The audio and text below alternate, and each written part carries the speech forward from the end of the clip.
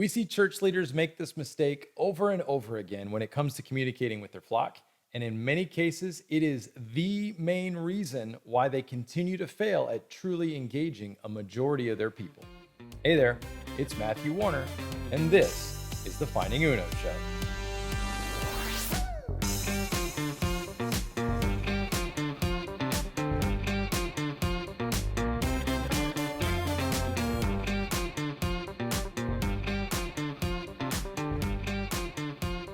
Welcome back to season 2 of the Finding Uno Show. Who's Uno? Oh, you know Uno. He's that one lost sheep the shepherd leaves the 99 to go after, and we are here to help you find him.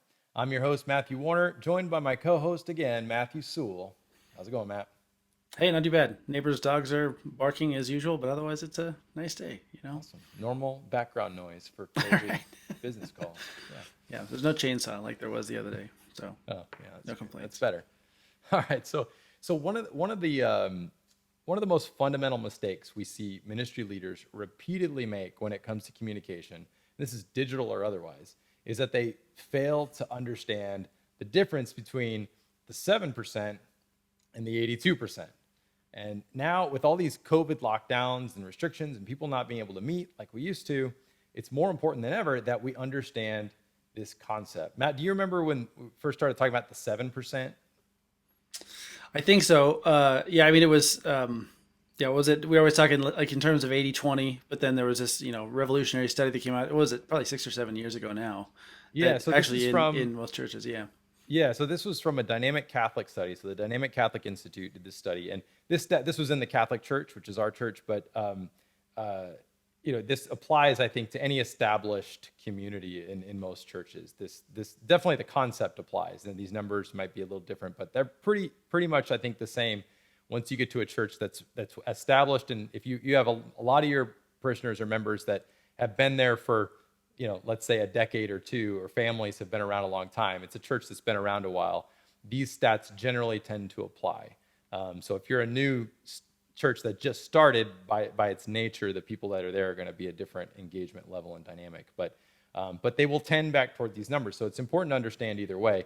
But they did this study on all these Catholic parishes in the U.S., and it revealed the 7%, what we call now the 7%. And that was that 7% do almost all, like 90% of the giving and like 90% of the volunteering. So you have the 7% that now we kind of recognize as the most engaged, group of people within a church community. And what was so surprising, of course, is that it's such a small amount. I mean, everyone has a sense that there's some people that do more and give more than others, and then there's people across the whole spectrum there. But when you really looked at the numbers, it was 7% that did 90% of the giving and the financial support and volunteer support at a given parish. And so it was really eye-opening. But I think what we've started to realize that the important group we need to talk about is the 82%. So that's what we want to spend time talking about today, because we learned this firsthand when we first started Flocknote, over 10 years ago now. Is trying to figure out how do you reach most people at a church, and it's easy to reach the 7%, because they open the bulletin, they listen to announcements, they go to your website on their own, they'll download your app, they'll do all those things. But trying to reach everybody else was the challenge, and that's how Flocknote developed into really focusing on email and texting. But this applies to all ways that we're trying to communicate and reach and engage our people. And so I want to run through these real quick today, because I think like these terms, the 7%, the 82%, these need to be part of the normal vernacular among your staff. All of your ministry leaders should know what you mean. And I'll tell you why this is so important. I got my trusty whiteboard here, Matt, Who needs slides? to help demonstrate here. So you'll have to forgive my handwriting, but I think it helps to visualize this. So if you here's how it kind of breaks down. You have, that's all your people. Over here you have your 7%, okay? And this is actually, we combined a bunch of studies when we did our research to really understand all of this. So this is some CARA studies and some Pew Research studies that kind of pulled this in. But so then on the other end you have 11%. But let me talk about this first. So the 7%, these are your people, as we just talked about. Let's call them already engaged. Okay. So again, these people do 90% of the giving, 90% of the volunteering. They're engaged. And why this is so important, especially right now, is because, of course, with all the COVID lockdowns and restrictions, we're realizing that there's huge portions of our people that may not be coming back because they've developed new habits. Maybe their attachment to our community was really weak in the first place. And so this is why it's really important to understand this, because the 7% are largely back if they can be. They're doing whatever within whatever restrictions there are, but they're wanting to be there. They're motivated. On the other hand, you have the 11% on this end, and these people even pre-COVID never show up. So these are the people that would still identify as Catholic or a part of your faith, but never show up anyway. There's actually a whole huge other group way out here, which we can talk about another time, but that no longer actually associate or identify with any particular religion, or especially not a Christian denomination. And so that's another evangelization problem for another time. But within our communities, we have 11% who never show up. We have 7% who show up all the time and do almost everything. And in the middle, you have what we call the 82%. So the 82% generally sometimes show up. Okay, so they sometimes show up. Now, some of them actually show up every week, but they're not giving, they're not volunteering, they're not coming to extra events and things like that. But the vast majority of them are maybe coming every other week, once a month. Maybe they're just coming on Christmas, Easter, times like that. But here's the distinction, though, is that they are still showing up, pre-COVID anyways. They were still sitting down next to us in the pews. They were still listening to us speak to them on Sunday. And so they're still showing up. But here's the problem with the 82% right now, is that they are en masse drifting out of the church. So there's 6 that leave for every 1 that join in general. So again, that big group I talked about out here that is no longer affiliated, of course, they step through here first where they're no longer showing up, but still associate themselves with you or identify as part of your church. But then they move on from there and eventually are becoming this group out here of atheists or non-religiously affiliated people is growing like crazy in America, and that's the trend. So the 82% are largely drifting out of your church right now. And I want to talk a little bit about why, because again, this is becoming very apparent right now as we try to bring people back in, that like huge portions of this, we're not sure if they're going to come back at all because they're not as motivated as like the 7% were to be a part of the community. So, but this is kind of the idea of why I think church leaders continue to fail to reach this 82% group. So if you think about it, like a lot of our channels we choose to communicate with as a church, we say, oh, we want to get digital. We need to reach young people. We need to reach people we're not reaching. Let's get on social media. Well, who follows your church on social media? The 7%. How about we're going to get our own app? Well, who downloads your app? It's the 7%. We want to get these great on-demand content platforms. It's like Netflix that, for your faith, for Catholics or for whatever, for Christians. And we're going to provide that to all of our members, and they're going to really like that. Or maybe it's like a study program, a Bible study or something else we have going on that we think are going to help feed these people to get them more excited. The trouble is that all these things are things the 7% like and do and are willing to participate in, but they only end up reaching the 7%. And so we get caught in this feedback loop. Again, why? Because probably most people listening to this are part of the 7%. We're engaged. We love our faith. We get involved. We are willing to spend multiple nights a week being involved, helping out around our church community. We will like our church on social media. We will download the app. We will go log in somewhere to try to engage more and learn about our faith. We'll go out of our way to read books and learn more about the things we care about. We'll participate in these study programs, but they only end up reaching the 7% because the ways we do it, the level at which we do it, the channels we choose are things that we would do. And of course, all the complaints we get are from the 7%. All the people giving the money are from the 7%. So we naturally have this very skewed view of or we see everything through this lens of the 7%. And the trouble is we're not reaching the 82%. So how do we reach the 82%? Is something we need to, as a step one. Now we're going to spend some more episodes talking about some of this kind of stuff, but number one, you have to figure out how to communicate with them.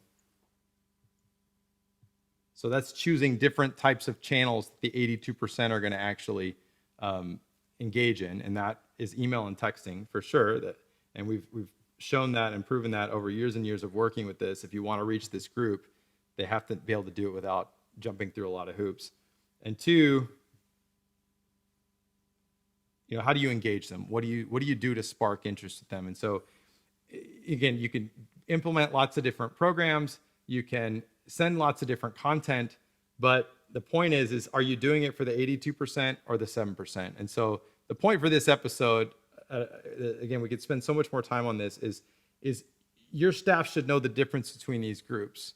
When you guys are having a meeting and you come up with an idea, you should be able to say, is that for the 7%? They need things too, and we need to nourish them and engage them too.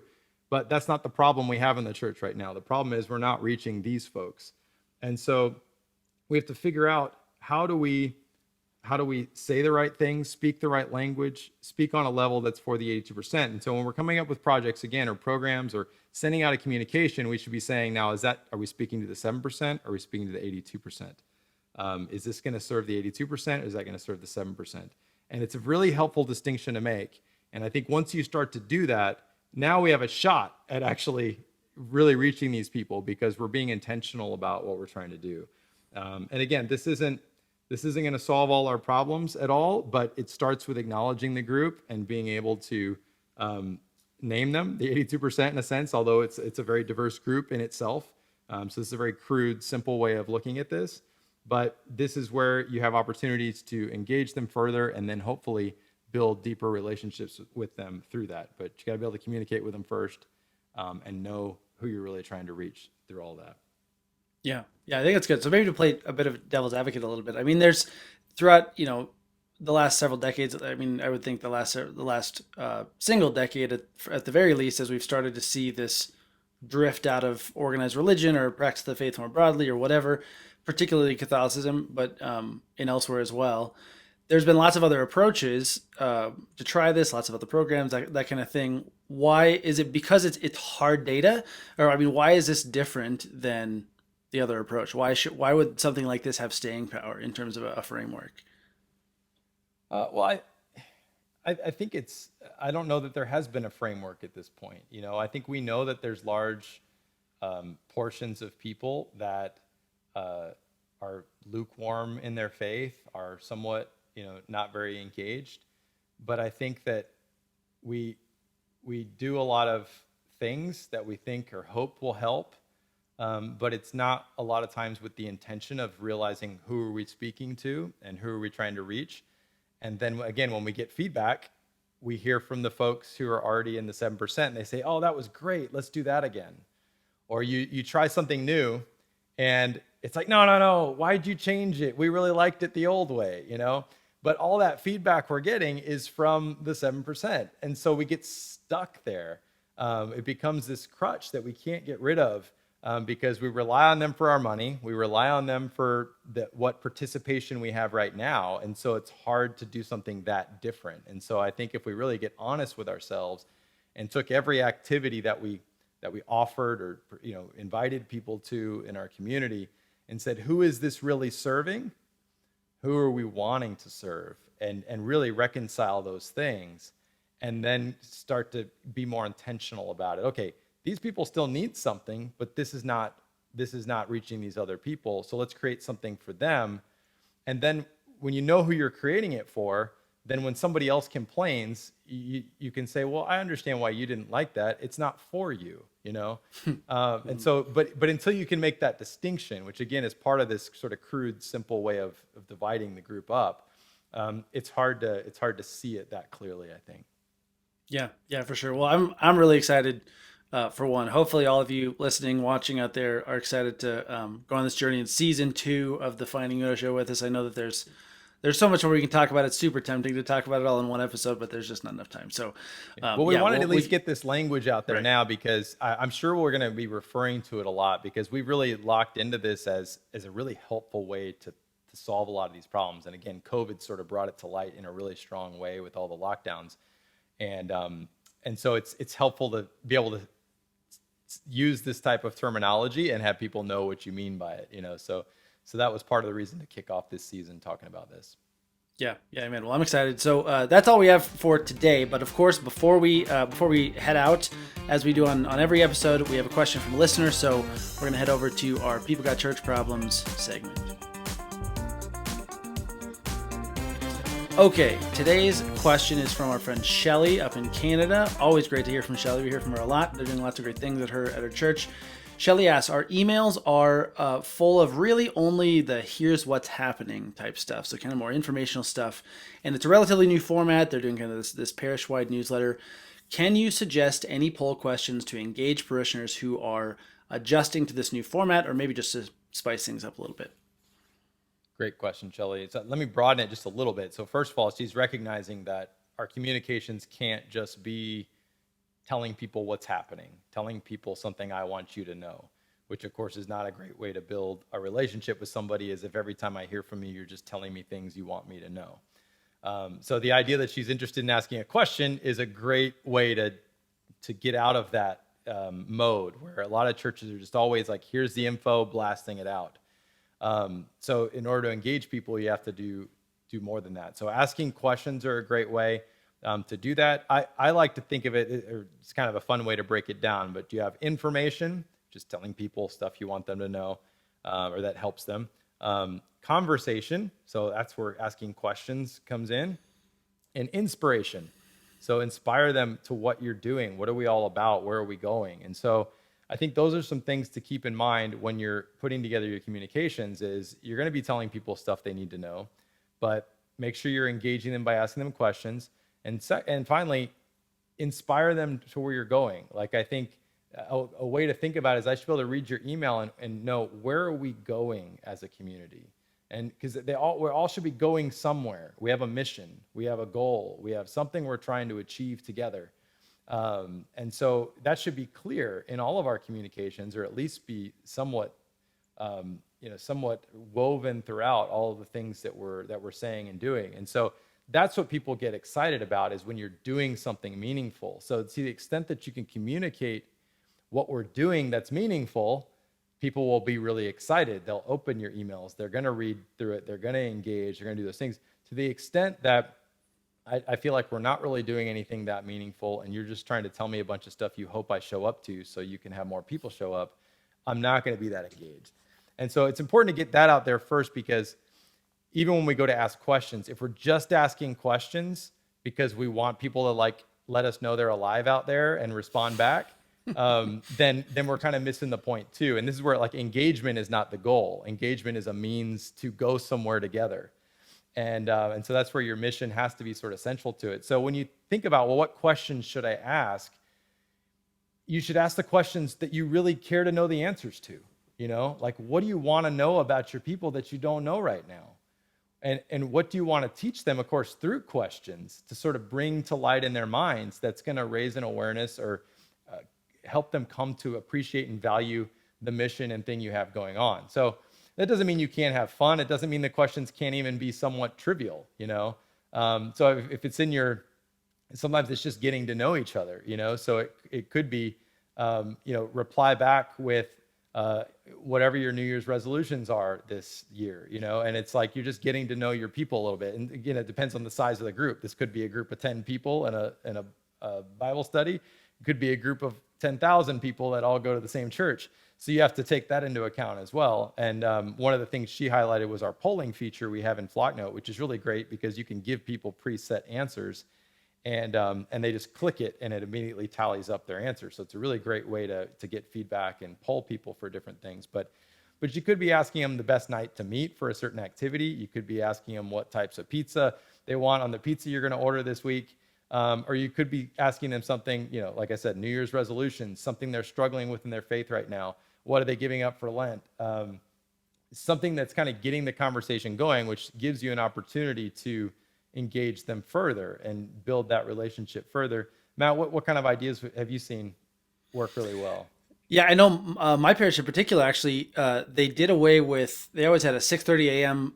Weekday morning mass and stopped obviously with COVID, and we're just about to start it back up again. And they said, we actually want to know, do people prefer 6:30 or 7? I mean, it's a half hour on the one hand, but on the other hand, that half hour makes all the difference. Some people don't want to go to something that starts with the number 6 when it's in the morning, right? So, and it ended up that they just polled the whole parish and people voted, and then they ended up adjusting it as a result. So I mean, it's just little practical things, but I mean, what's your favorite pizza is always a good one too.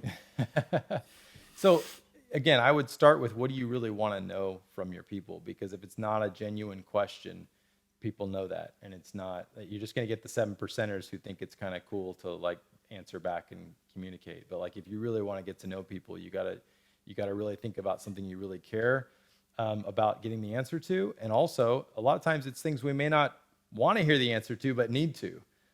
So you could ask, what do you think of the homily last Sunday? You can go there if you want. I'd love to hear what stood out to you. It could be something like, what are you most, as a member of our community, what are you most looking forward to this year? Something like that. Like, get down into what do they care about? What makes them tick? And maybe that would reveal they're not that excited about anything. Or maybe there's something coming up that they're really excited about that you sort of took for granted, and like, I don't know if we'll have it this year because of everything going on. And you find out that everybody is really looking forward to that. It's like the one thing they're most excited about. So again, it's a good way to get outside that 7% bubble, but you got to engage them at levels that the 82% are gonna respond to and give you some more information about themselves. Yeah. Well, thank you, Shelley, for that question. Again, be sure to reach out to us. I believe findinguno.com, there's a contact info form, right? Or a question form where you can record your question or just email it to us. We would love to hear from you if you've got a church problem. But before we go today, that's all we've got for this episode. We're going to kick it over to our friend Liz to find where Uno is today. Hey everyone, welcome to the first episode of season 2 of the Finding Uno show. Thank you so much for tuning in for this first episode. We have a lot of great content planned for this season, so stick with us. This week, Uno was spotted in Washington State. This photo was sent in by Esther. She's the executive director at Human Life of Washington. Thank you so much, Esther, for sending in this fabulous photo and for your important work. All right, so most of you are here because you probably have some questions about church communication. So we want to hear your questions. So head to findinguno.com where you can drop a question on our hotline and we may feature you in a future episode. And don't worry, if you want to remain anonymous, you don't have to share your name or your location or church or anything. But I mean, if you want to tell us that information, we'd love to hear from you. But whether you want to share that or remain anonymous, we would love to hear your questions and feature you in a future episode. So again, you can head to findinguno.com, click on that Ask a Question button, and let us know what your questions are about church communication. That's all I have for you today. We'll see you next time on the Finding Uno show.